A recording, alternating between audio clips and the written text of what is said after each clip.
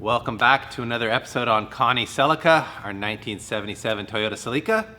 Today we're going to play Stance Nation by dialing in the ride height and the wheel offsets and checking brake clearance and doing all that good stuff before we finally put this thing back on the ground.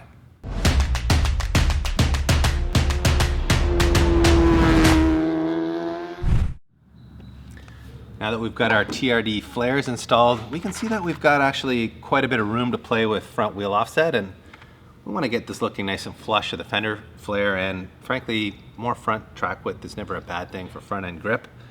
That'll help us go faster on the racetrack. So I'm going to pull this off and we'll play around with some wheel spacers and see if we can get it where we like.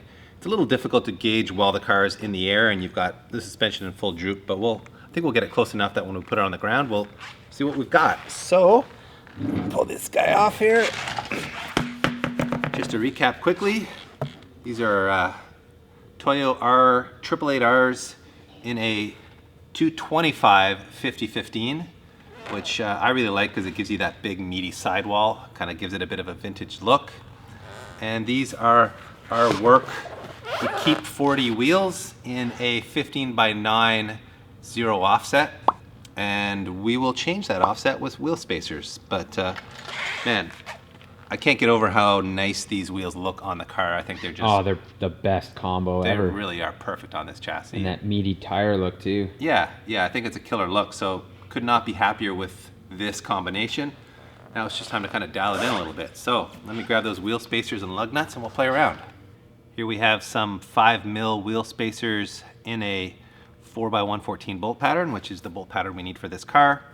We got these from Mackin Industries. What brand is that? Kyo-Ei? How do you say that, Peter? I have no idea. It's the internet can tell us. Yeah, Kyo-Ei? I don't know. Anyway, I assume it's a Japanese company since Mackin Industries really specializes in importing high quality JDM, Japanese market goods, raised wheels, Project Mu brakes, and they also do Project Kics, like these R40 lug nuts. R40s are, I would say, our favorite lug nut. We run these on just about everything. They're a nice lightweight lug nut with a rotatable seat that we'll show you in a minute, which helps prevent sort of like scoring in the seat area on your wheel. So you have a fancy set of wheels that you want to scratch up. These are a great option. They're also super lightweight. And these ones are open-ended, which are critical because we have these long wheel studs on here. We may have made a mistake earlier and ordered non-open-ended lug nuts, so this was our fix to that. Thanks to the guys at Mackin for fixing it. Yeah. They did fix the problem for us, so thank you guys. Yeah, so I actually like the fact that this wheel spacer says wheel side on it. I've never seen a spacer before that specifies a direction for it to go on, but I like how shiny it looks. Call me simple, but you are a simple man. It's true. I know what I'm gonna do. And they do come with 2 in a pack. I've just already opened this pack and I've put one on the back already because we were having caliper clearance issues in the back, which you saw in an earlier episode. All right, so let's throw the wheel on here and see how we look with the 5mm spacer. See how gracefully I can do this, Peter. I'm not sure there's a graceful way to put a wheel on, but that wasn't graceful.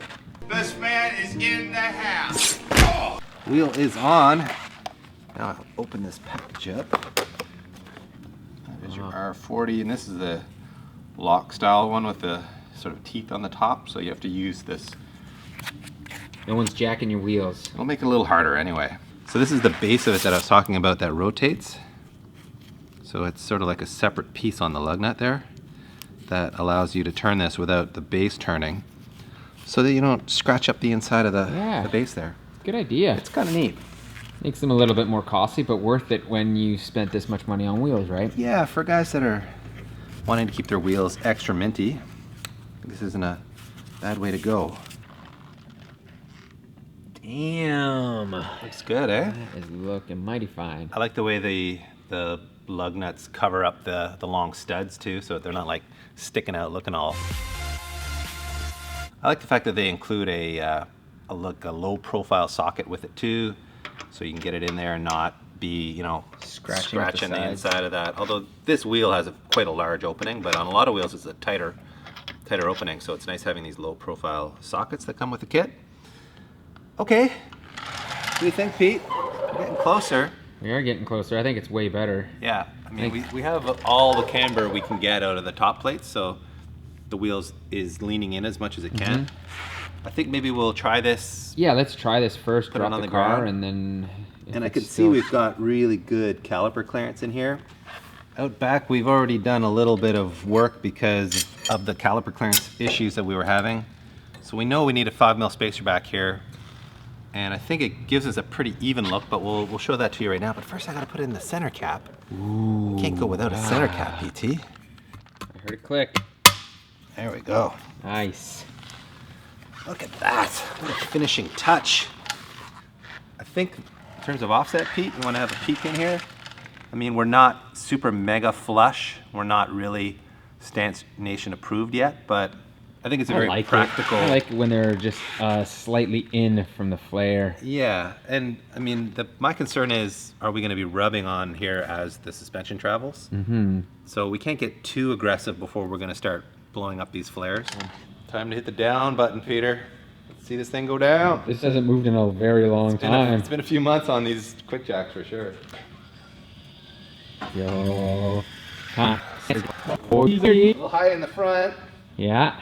But the offsets look pretty good. Yeah, I think the offsets look fantastic, actually. I really like the rear. Yeah. It's tucked just a little bit, but it still looks aggressive. The front's got to come down right headwise, I think, because the wheel well gap is kind of a little high. 2 fingers is a little much.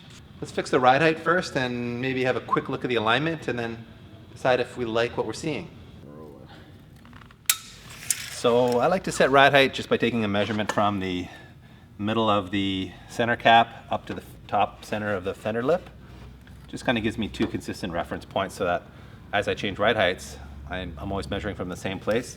Center cap to fender lip looks like 13 inches, and we are 14 inches in the front. So we are an inch higher in the front, which would explain this, this 2-finger gap here. So let's bring this down an inch. Stance Nation is not going to approve of this, so we gotta get this down. This is definitely not Stance Nation approved. So let's lower this puppy down. Luckily, we have adjustable coilovers from our friends at Fortunato. 500 series, about to get a workout.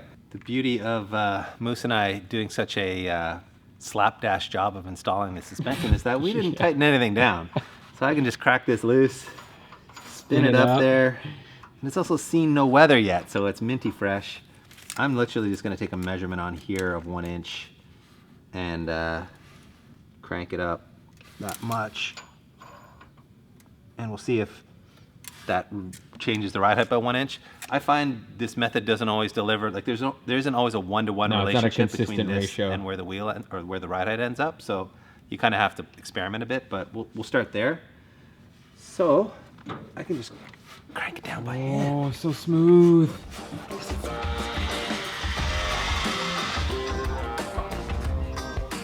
Oh, yes.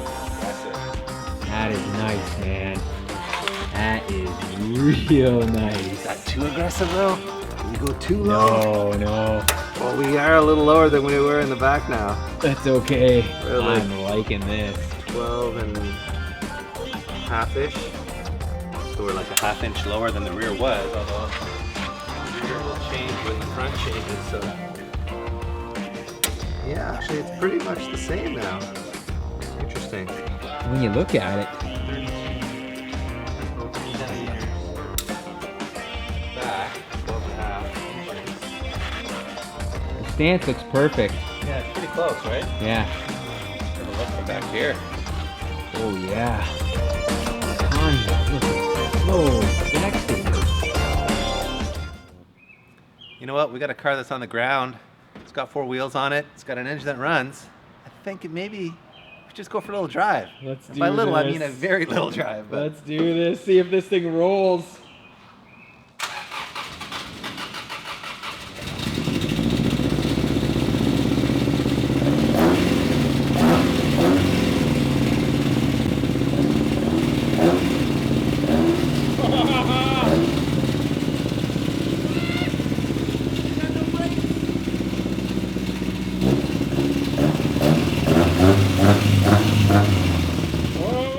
Not gonna lie, Peter, that was pretty exciting, even though we only rolled the car back and forth a few feet. It moves on its own power. It That's moves a on its own big power. step.